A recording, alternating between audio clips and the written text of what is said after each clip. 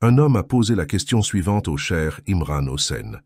Lorsqu'on observe aujourd'hui partout dans le monde, on voit que les Juifs ont réussi dans tous les domaines, notamment dans les arts, la culture, les médias, le divertissement, la politique, la finance, l'agriculture, la science, etc. Il serait donc plus réaliste de dire que les Juifs sont en avance par rapport à tous les autres peuples du monde. C'est pourquoi ma question est la suivante. Les Juifs sont-ils toujours le peuple élu de Dieu? Assalamu alaikum, bienvenue sur Vérité Din. Il pose la question de savoir si les Juifs sont toujours le peuple élu. La réponse brève est la suivante. Les Juifs n'ont jamais été le peuple élu, et nous avons la preuve dans le Coran. Écoutez ce que Dieu dit dans la sourate 62, au verset 6. « Ô vous qui êtes Juifs, si vous prétendez que vous êtes les élus de Dieu à l'exclusion de tous les autres gens, alors souhaitez la mort si vous êtes véridiques. » Dans le verset suivant, Dieu nous donne la réponse en disant «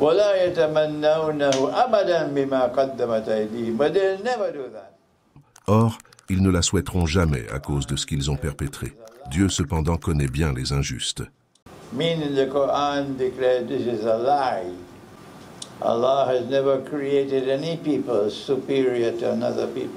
Ainsi, ce passage coranique démentit le fameux discours selon lequel les Juifs sont le peuple élu de Dieu. Dieu n'a jamais créé un peuple supérieur à un autre peuple. Aucun peuple n'a le droit de supériorité sur un autre. Allez dire cela à Netanyahou et à Narendra Modi. Notre prophète, paix et bénédiction d'Allah sur lui, a dit que toute l'humanité se tiendra devant le Seigneur Allah au jour du jugement, aussi égal à ses yeux que les dents d'un peigne. Alors qui sont ces Juifs qui ont réussi dans tous les domaines? S'agit-il des Juifs européens ou bien il s'agit de tous les Juifs? Cette question est pertinente car nous savons que les Juifs orientaux sont les vrais Juifs. Et les Juifs européens n'ont même pas une goutte de sang sémitique en eux. Ils n'ont même pas 1% de l'ADN des enfants d'Israël ou encore les Banu Israël. C'est un peuple européen qui a embrassé le judaïsme, mais il n'a pas embrassé que le judaïsme. Certains de ces Européens ont embrassé le judaïsme et après, ils sont devenus chrétiens. Et c'est ce qui a permis à l'alliance de se réaliser. Je veux dire l'alliance judéo-chrétienne qui contrôle le pouvoir dans l'Occident moderne. Ce sont ces Juifs-là qui se sont démarqués, mais ils ne sont pas les seuls à avoir réussi.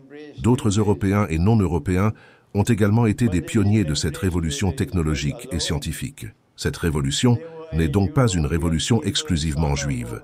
Et cette révolution scientifique et technologique ne s'est pas encore arrêtée. Elle continue.